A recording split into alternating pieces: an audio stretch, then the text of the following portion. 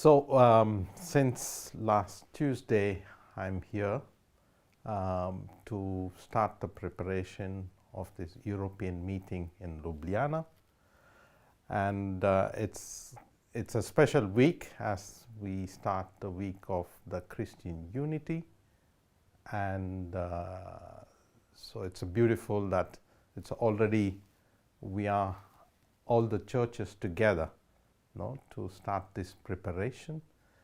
And so it's not only for this week of prayer for unity, but it's also meeting different church responsibles and also the civil authorities to begin to find the central venue. And so it's just begin.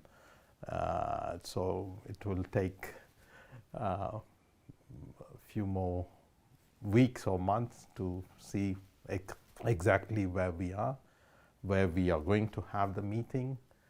And it's a good beginning. It's a good beginning to start this preparation.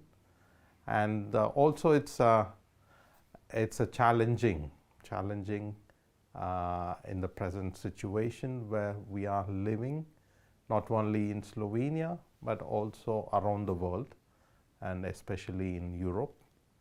And it's also important for young people who are going to come to Ljubljana to discover this beautiful country. And so it will be a step-by-step preparation coming months,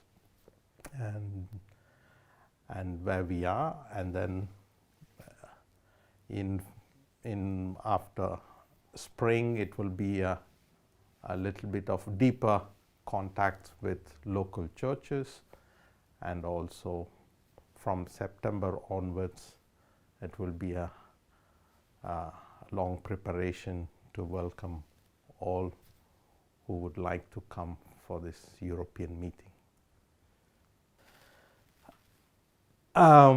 Why should they come for this meeting? It's also, we need each other. It's not only living in their own